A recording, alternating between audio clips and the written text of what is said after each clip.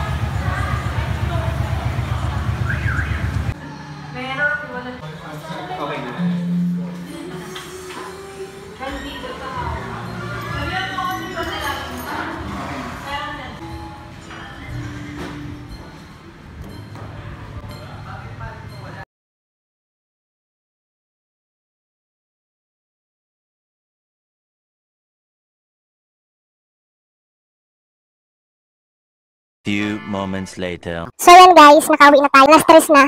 Ay hindi pala, mag-alas 3 pala. Alam nyo guys, napakaganda ng ano na yun. QTM kasi napaka-helpful niya sa mga katulad natin na mga magre-registro ng kahit na anong sasakyan. Mabilis ang proseso doon, walang pilang gaano. Napakaganda guys. So, nung pauwi na ako, tinawagan ng bossing ko yung mga empleyado niya. So, sabi niya, wag na daw pabayarin sa akin. Nabayaran ko na. Tapos sabi niya, i-gcash na lang yung bayad. Pero syempre, hindi naman tayo ganun. May trabaho naman tayo. Hindi ako ganun eh. Hindi ako nananamantala kahit pa may mga mayaman akong kaibigan o ano. Sabi ng bossing ko, ako yung nurse ng lolo niya. Ayan. Libre sana pero guys, hindi ko in-accept. Syempre kahit pa paano may pride tayo. May pambayad naman. Nagpasalamat na lang ako din sa kanya. Dahil unang-una ang ano dun is napakamabilis na process. Walang kailangang pila, walang kuskus balongos. Talagang nandyan. Ito, nandyan talaga. Napakabilis guys. So yun guys, solid na ang TQM guys. Napaka-solid niya. Recommendable guys, napaka-recommendable. Napaka-malaking tulong talaga sa katulad nating mga may sasakyan. Nasa UIN lamang siya. Hindi ko alam kung may ibang branch na sila. Hindi ko pa natanong sa boss ko.